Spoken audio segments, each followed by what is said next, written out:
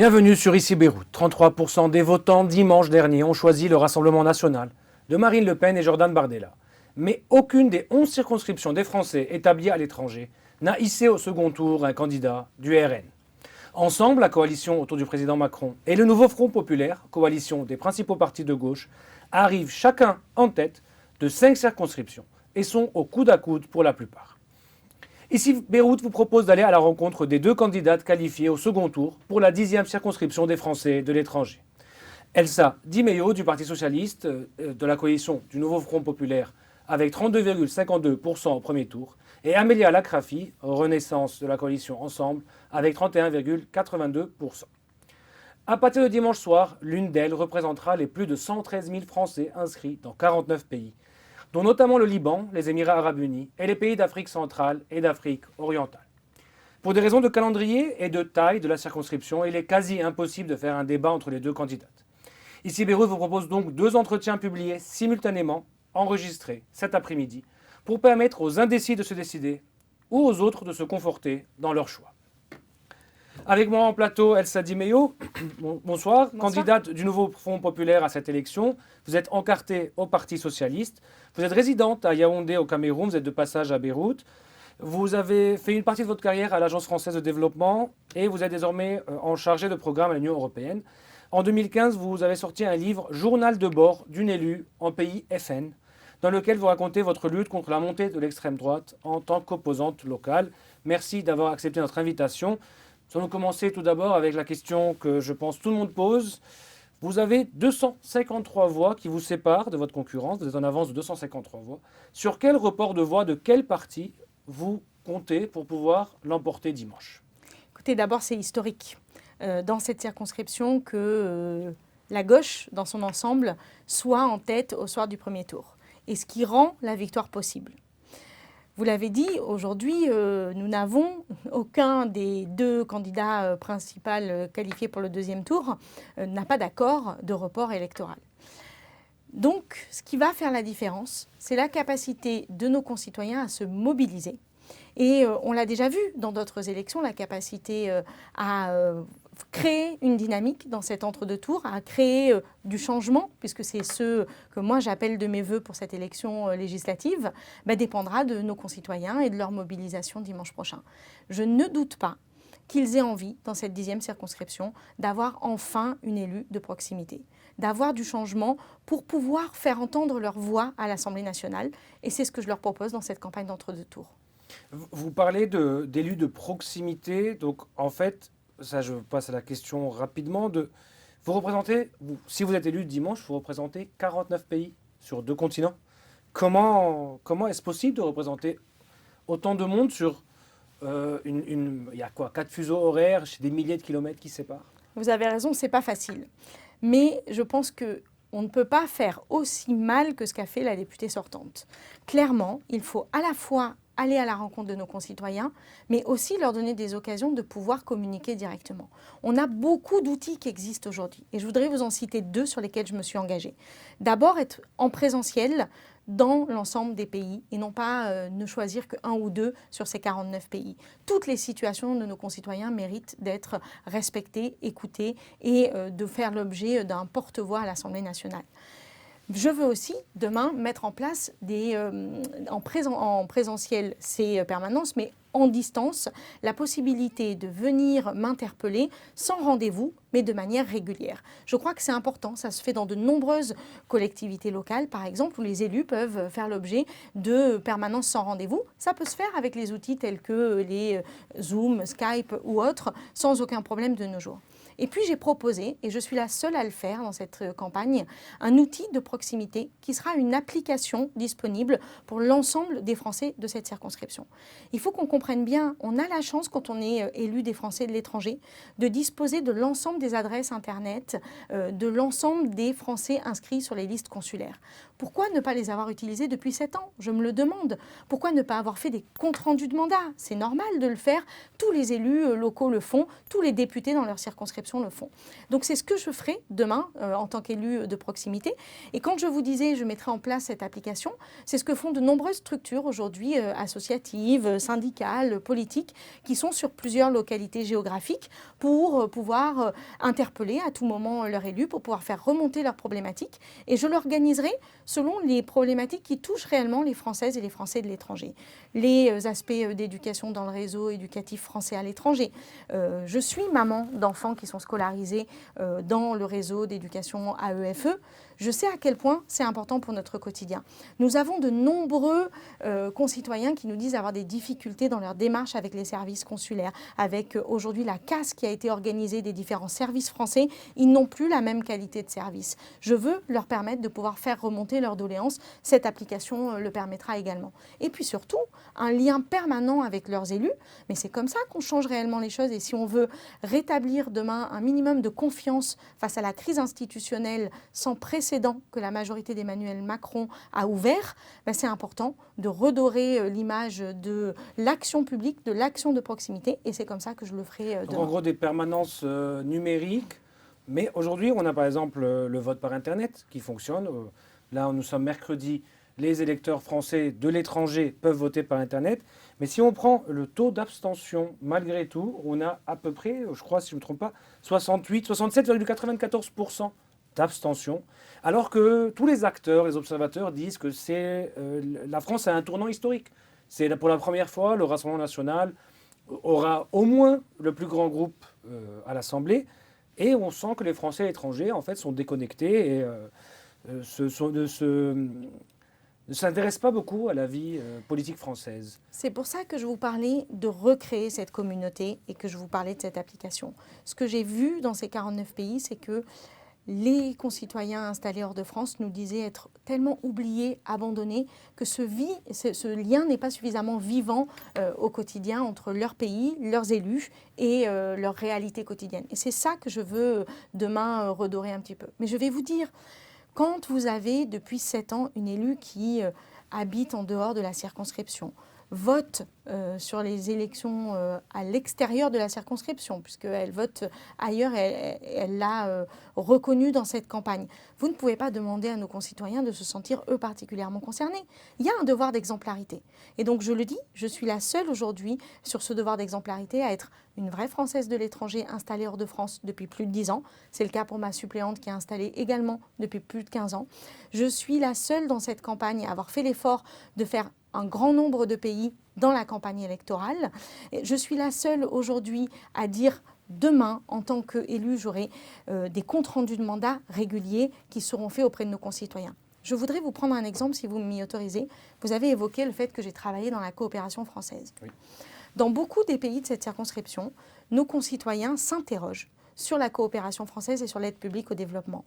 Ils ne savent pas s'ils doivent en être fiers, s'ils doivent penser que c'est mal utilisé, ou ils s'interrogent sur la manière dont prenons le Liban par exemple, cette coopération vient ou non en soutien de réformes ou en aspect géopolitique de contraintes. Mais tous les ans, il y a un débat à l'Assemblée nationale sur l'aide publique au développement. C'est très simple de faire un compte-rendu de mandat à nos concitoyens, pays par pays. Pourquoi ça n'a jamais été fait ? C'est ça aussi restaurer le lien politique. C'est ça aussi donner confiance à nos concitoyens et faire vivre le lien avec leur pays. Donc ça, je le dis, c'est important que nos concitoyens sachent l'ensemble des fonds qui sont alloués dans leur pays par la France. Quand c'est des aides budgétaires, vous voyez à quoi je fais référence, mais aussi quand ce sont des investissements privés, quand ce sont des garanties bancaires qui sont données. C'est comme ça qu'on voit réellement l'efficacité aujourd'hui pour accompagner nos entreprises, par exemple. Combien de petites et de moyennes entreprises sont réellement accompagnées au Liban ? Pas assez. Combien nous disent avoir des difficultés pour aller accéder au financement bancaire, par exemple, ou aux garanties lorsqu'elles souhaitent investir et prendre le risque d'investir.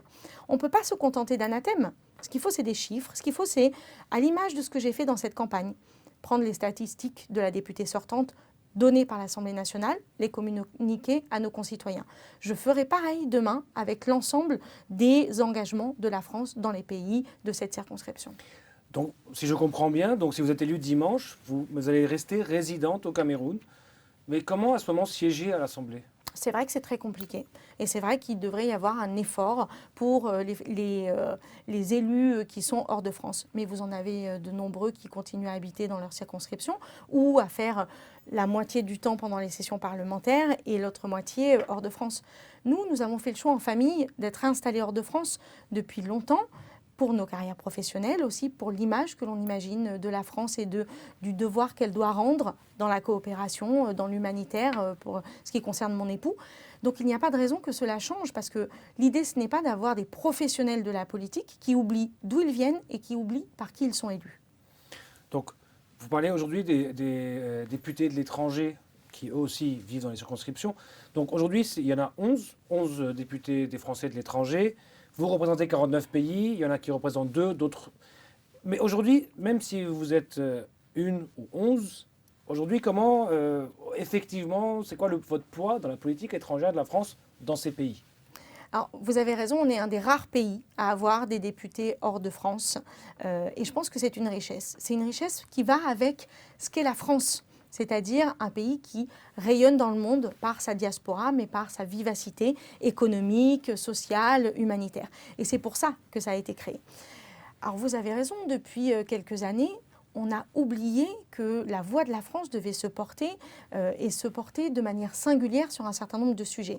Je pourrais citer Gaza, je pense qu'on y reviendra, mais dans les 49 pays de notre circonscription, il y en a plus de 17 qui sont touchés par des crises sans précédent. Le Soudan, le Yémen, on parle de famine sans précédent. Et là, on a eu depuis 7 ans et depuis la majorité d'Emmanuel Macron, une France totalement inaudible, mais en plus affaissée, qui n'a pas été aux côtés de ses amis, de ses alliés, qui n'a plus porté de voix singulière sur la scène internationale, qui n'a fait que des effets de manche. Et moi, je veux dire que la méthode que je souhaite remettre là-dedans, au-delà de la proximité que je décrivais tout à l'heure, c'est aussi de la détermination à mobiliser l'ensemble des acteurs qui peuvent l'être. Mobiliser les conférences, par exemple, sur les financeurs. Pourquoi la députée sortante a été aussi absente de ces sujets ? Quand il s'est agi de porter concrètement les engagements pris par le président de la République sur le Liban, l'explosion du port ou la justice, où était-elle ?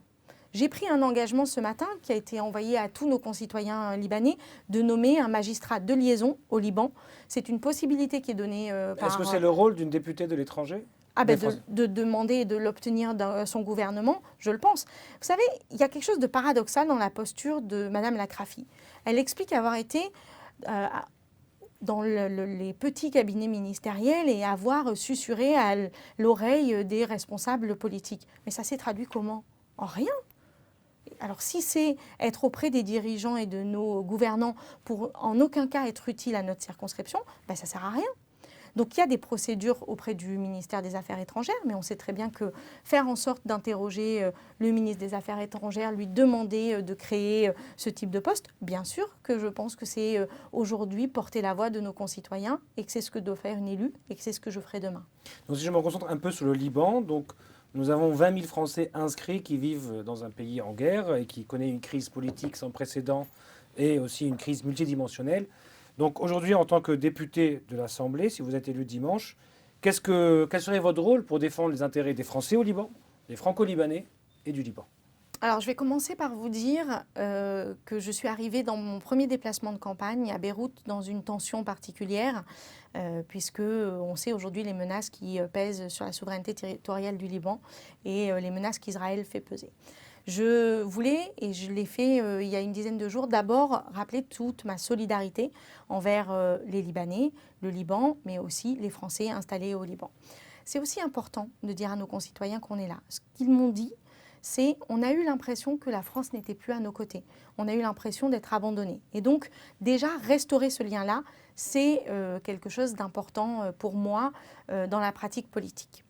La deuxième chose que je voudrais dire, c'est que dans les crises internationales, il y a à la fois le rôle du président de la République, mais il y a le rôle des élus mobilisés pour essayer de faire en sorte de peser sur la scène internationale. Et clairement, ça n'a pas été le cas ces dernières années. Je voulais aussi dire à nos concitoyens du Liban qu'il y a des outils qui existent pour pouvoir les défendre.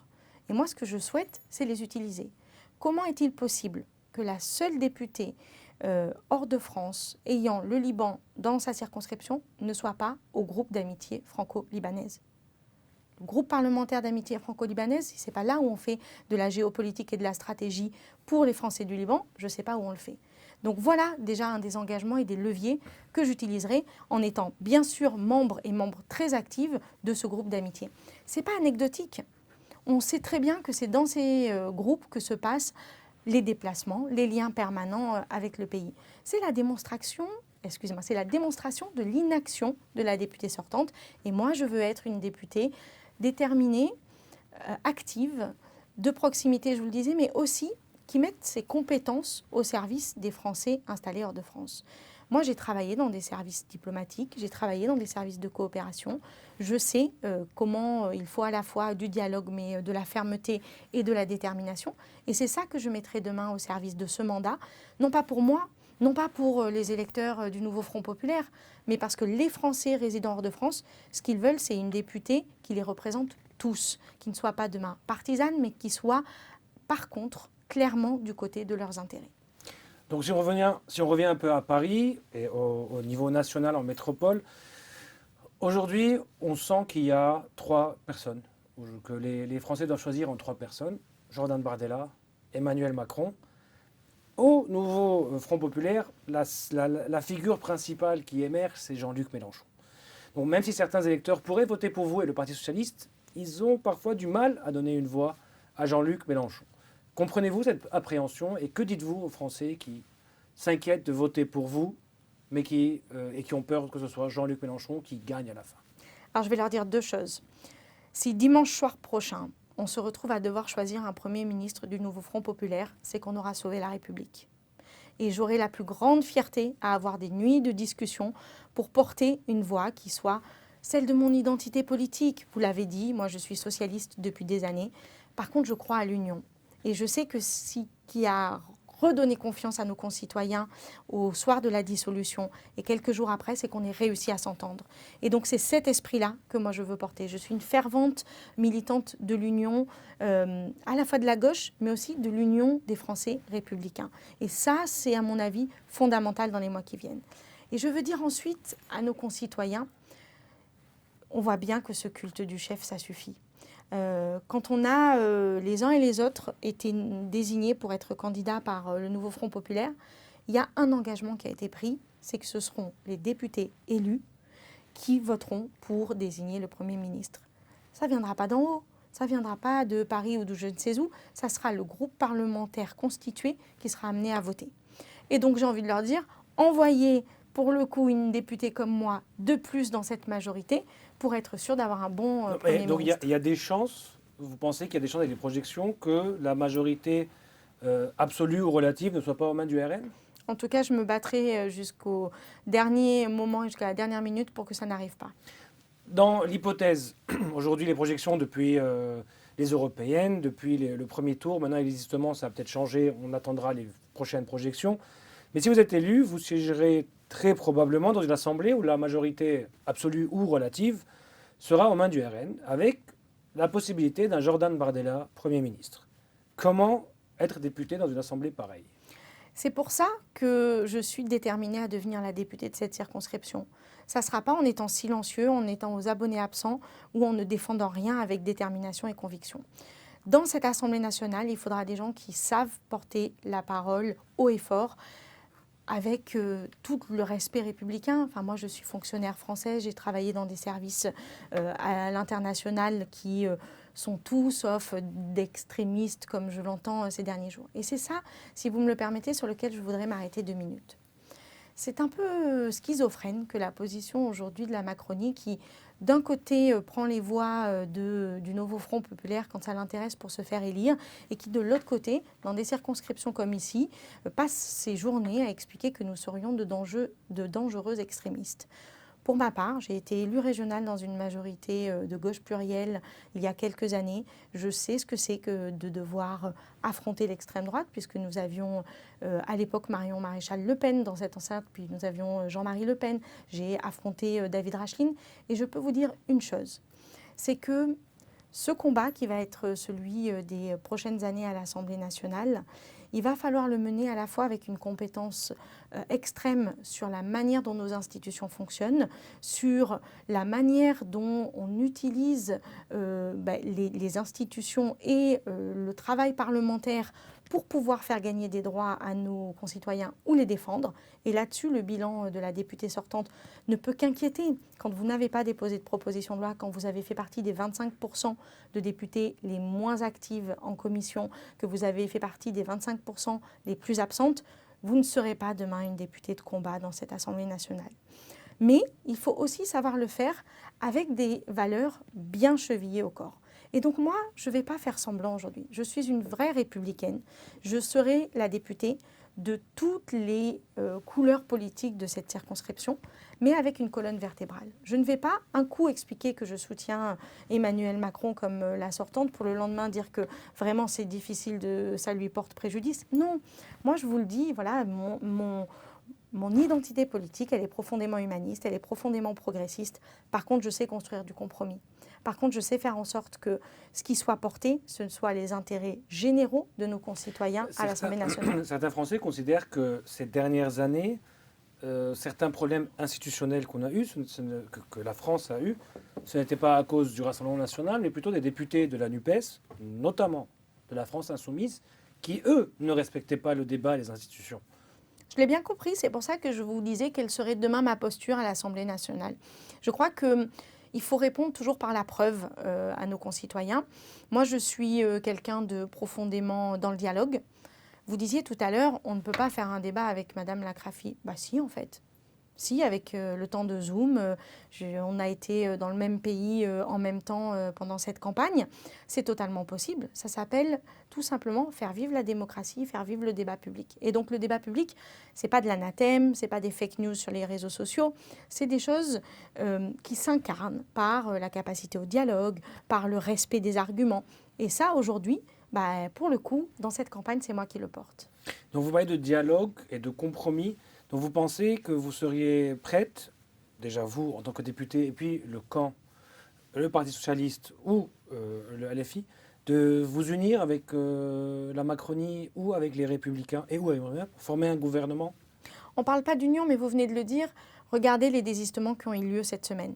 Nous avons été irréprochables, malgré tous les reproches que nous pouvons faire à la Macronie, malgré le fait que nous sommes un certain nombre à trouver que ce président de la République qui avait été élu avec les voix des Républicains pour empêcher l'extrême droite a servi de marchepied à l'extrême droite dans le pays, a mis ses voix avec le Rassemblement national pour le projet de loi migration.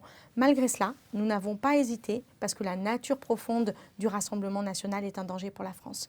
Je me permets une petite analyse sur ce que vous disiez tout à l'heure sur les Français de l'étranger et le Rassemblement national. Vous avez raison, on résiste mieux qu'ailleurs. Néanmoins, quand on regarde les scores aujourd'hui dans cette circonscription, on voit une poussée sans précédent des votes d'extrême droite. Et donc, on ne doit pas juste le balayer en se disant « Oh, c'est super, on est à l'abri », comme je l'ai entendu aujourd'hui de Madame Lacrafi. Non, partout, le combat doit être mené. Et c'est aussi un combat pour restaurer la vie politique que de prendre en considération chacun de nos concitoyens. Il y a un certain nombre de pays dans cette circonscription où la poussée, à la fois du parti de M. Zemmour et du parti de M. Bardella, ont été très fortes aux européennes, ont été très fortes au moment du premier tour des élections législatives. Et ça ne se balaye pas comme un revers de main, sinon on va avoir les mêmes phénomènes qu'on a aujourd'hui partout en France, d'être passé à côté de la réalité territoriale et sociologique de cette circonscription. Mais on a une poussée, mais en même temps, on a une abstention de 70%. En gros, il y a eu 70% de mobilisation en France, 70% d'abstention dans cette circonscription.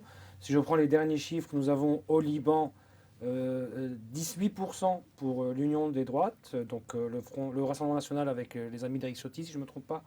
Et nous avons 26% pour les Républicains et 22% pour Madame Lacrafi. Donc ce qui fait à peu près 60% pour le centre et la droite. Donc vous considérez que c'est une poussée vers la droite, comme tous les autres pays du monde. On voit un peu l'Union européenne, elle va vers la droite. Les États-Unis sont très à droite. Est-ce qu'on a une droitisation du monde et notamment de la France? Ce qui est sûr, c'est qu'au niveau mondial, il y a aujourd'hui deux projets de société qui s'affrontent. Un projet autoritaire, xénophobe, populiste, sur lesquels on peut mettre des personnages multiples aux États-Unis, en Russie, en Hongrie. certains d'ailleurs alliés de Madame Le Pen. On le voit très clairement encore aujourd'hui avec les déclarations qui ont été faites sur la Russie. Donc oui, c'est un phénomène qui n'est pas qu'un phénomène français. Par contre, la poussée et la dimension dans laquelle ça s'est fait aux élections européennes, alors que d'autres pays européens résistaient, je pense à l'Espagne par exemple, dans le Portugal au même moment, montre bien que la République française, dans ses fondamentaux aujourd'hui, est particulièrement en crise. Et c'est ça qu'il faut combattre. Vous faisiez référence au livre que j'ai écrit en 2015. En 2015, j'ai fait partie de ceux qui ont alerté, d'abord ma famille politique, la gauche, mais aussi tous les républicains, sur le fait qu'on n'était pas uniquement sur des accidents électoraux dans les 14 villes qui avaient basculé à l'extrême droite, mais qu'il y avait des sujets qu'il fallait traiter. Qu'il fallait traiter le sujet de l'immigration, qu'il fallait traiter le sujet des réfugiés, qu'il fallait traiter avec nos réponses, mais en menant une bataille idéologique et culturelle et en rappelant ce que c'est que la République. Je vous cite un autre exemple. En 2014, quand l'extrême droite a pris des villes, elle a beaucoup travaillé sur la déclinaison locale de la préférence nationale. Je pense que c'est aussi un sujet sur lequel les républicains, la gauche, auraient dû batailler plus et faire en sorte de montrer quels sont les jalons, pourquoi la République française aujourd'hui est universaliste et notamment dans ses allocations sociales. Et quand je vois ce que me disent aujourd'hui nos concitoyens installés hors de France, dans leur difficulté à avoir accès aux aides sociales françaises, parce qu'il y en a de moins en moins, je sais à quel point leur expliquer et leur donner accès à cette solidarité nationale est précieux pour eux.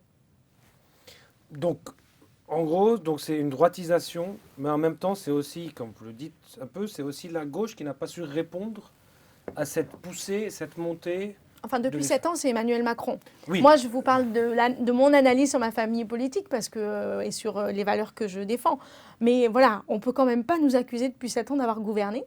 On ne peut pas accuser dans cette circonscription depuis longtemps la gauche d'avoir été aux responsabilités. Donc, remettons chacun à sa responsabilité. Et je pense qu'aujourd'hui, la dissolution qui a été prononcée par Emmanuel Macron en toute connaissance de cause, la politique qui a été menée pendant 7 ans et les crises multiples. On peut parler des Gilets jaunes qui n'ont pas trouvé de réponse en termes de pouvoir d'achat. On peut parler des 49.3 répétés. Ces coups de canif à la fois à la démocratie, aux institutions et à la République, ben forcément, ça laisse des traces très fortes. Un autre sujet du débat de cette campagne des législatives était la situation économique de la France. Donc le nouveau Front populaire chiffre à 100 milliards l'augmentation des dépenses publiques de son programme, alors que d'autres études portent le coût à 140 milliards, ainsi qu'un ralentissement de la croissance et une augmentation de la dette publique.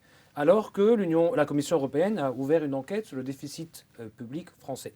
Est-ce que votre programme, certains le considèrent pas crédible? Alors, c'est quand même le bilan d'Emmanuel Macron que d'avoir une enquête de la Commission européenne. C'est quand même incroyable qu'aujourd'hui, on vienne chercher le nouveau Front populaire sur la question de la dépense, alors que celui qui a fait exploser les déficits publics depuis 7 ans, c'est Macron.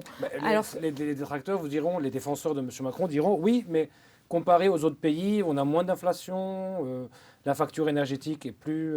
il y a eu plus d'augmentation d'inflation énergétique dans les autres pays d'Europe qu'en France. Donc les Français ont été, malgré tout ça, protégés. Alors, protéger, aller le dire aux Français qui, dans les campagnes, n'ont plus de services publics, aller le dire aux Français qui n'ont plus de médecins de proximité, qui, dans les hôpitaux, voient les services qui sont en train de fermer. On peut parler dans notre circonscription, aller le dire aux Français dont les postes de résidents enseignants n'ont plus été remises. Ils n'auront pas l'impression qu'ils ont été mieux protégés que qui que ce soit en Europe. Donc je crois qu'il faut arrêter avec cette espèce de mythe et de cette petite musique de la Macronie. La note financière de la France a été baissée sous la présidence d'Emmanuel Macron. Donc revenons aux fondamentaux. Pourquoi faire de la dépense aujourd'hui ?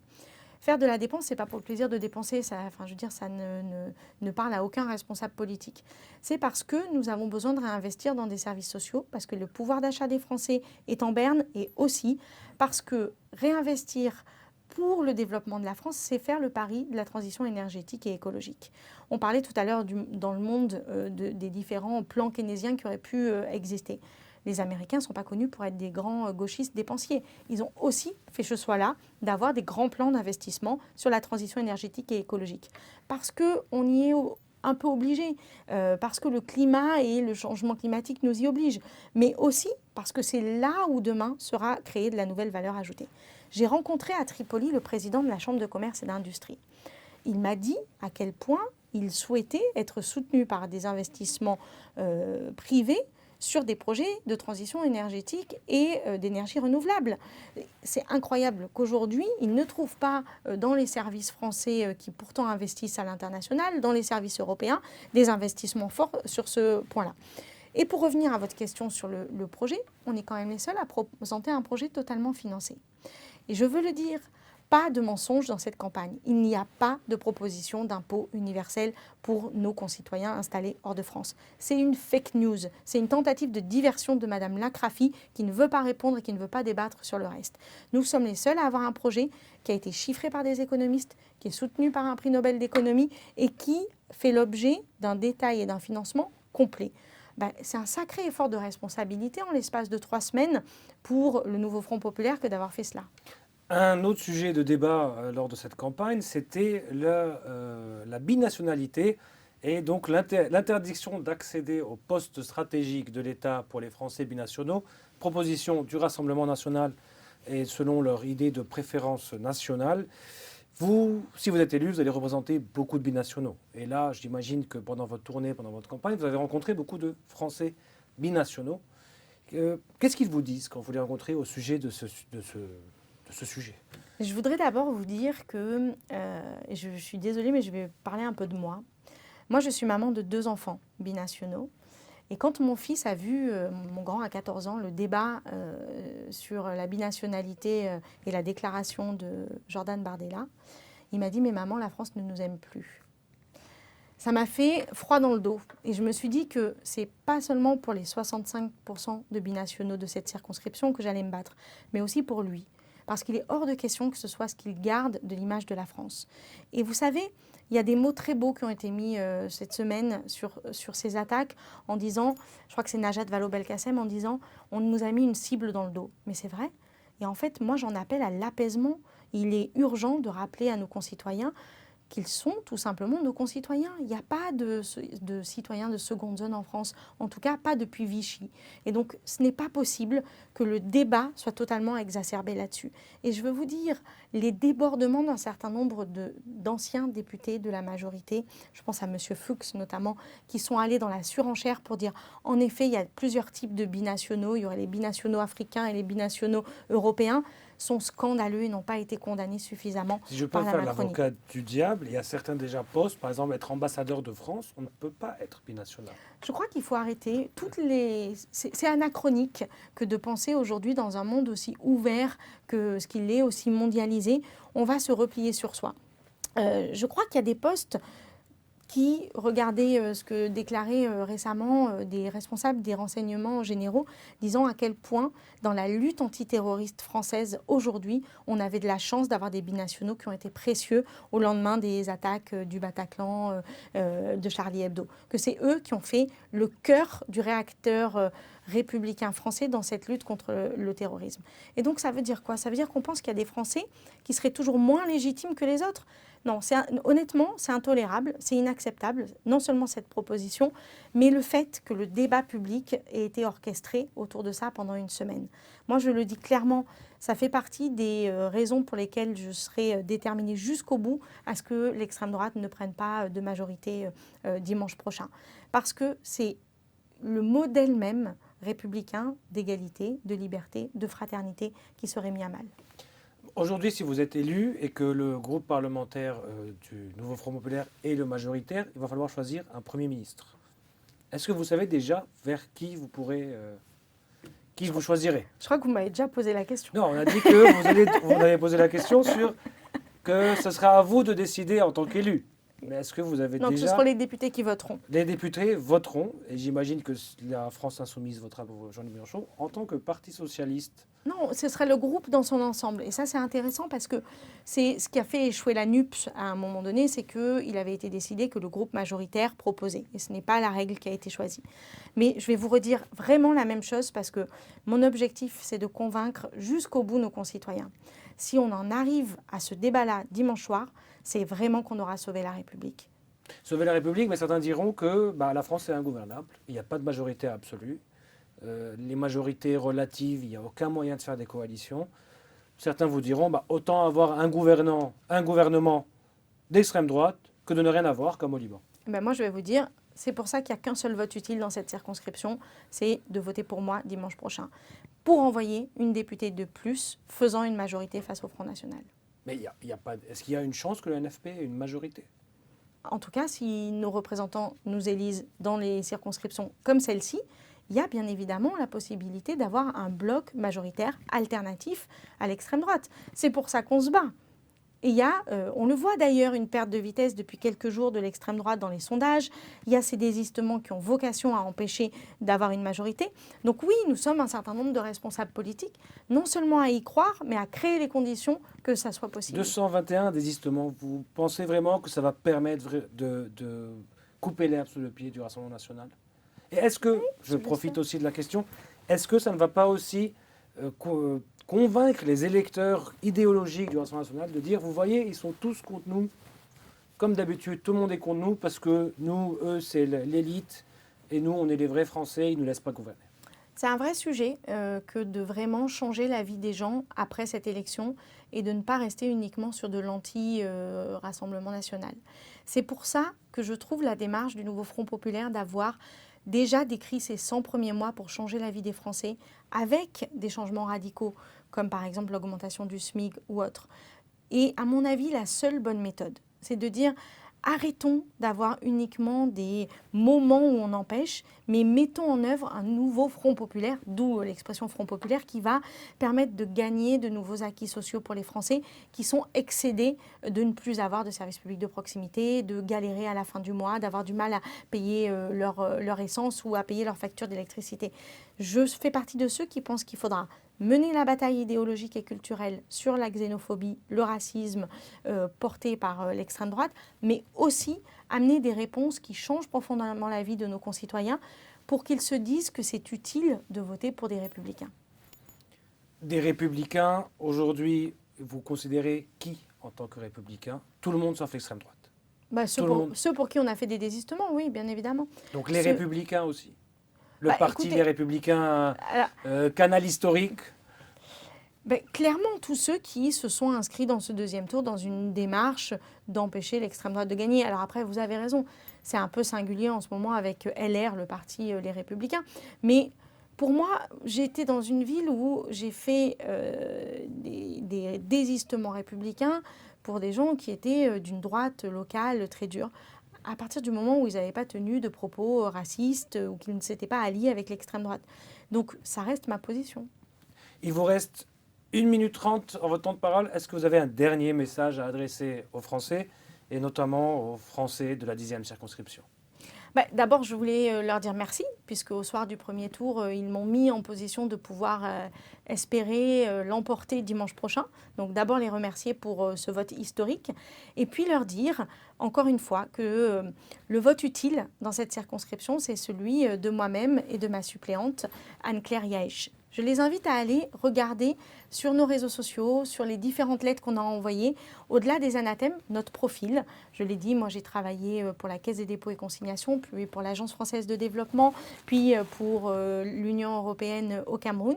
Je suis résidente hors de France depuis près de 10 ans, ma suppléante depuis plus de 15 ans. Et nous avons porté un programme à la fois national, mais aussi un programme pour la circonscription et qui se décline pays par pays en fonction de la bonne connaissance des élus consulaires qui nous ont fait remonter les problématiques par pays, les difficultés que rencontrent nos concitoyens. Donc voilà ce que je veux leur dire. Vous avez la possibilité dimanche de mettre un bulletin qui soit vraiment un bulletin qui vous soit utile et qui soit utile en plus à la France en envoyant une députée alternative au Rassemblement national de plus. Merci beaucoup, merci Elsa Di Meio, merci d'être avec nous dans nos studios. Aux Français, aux Franco-Libanais et à tous les Français de la 10e circonscription, restez connectés sur Ici Beyrouth.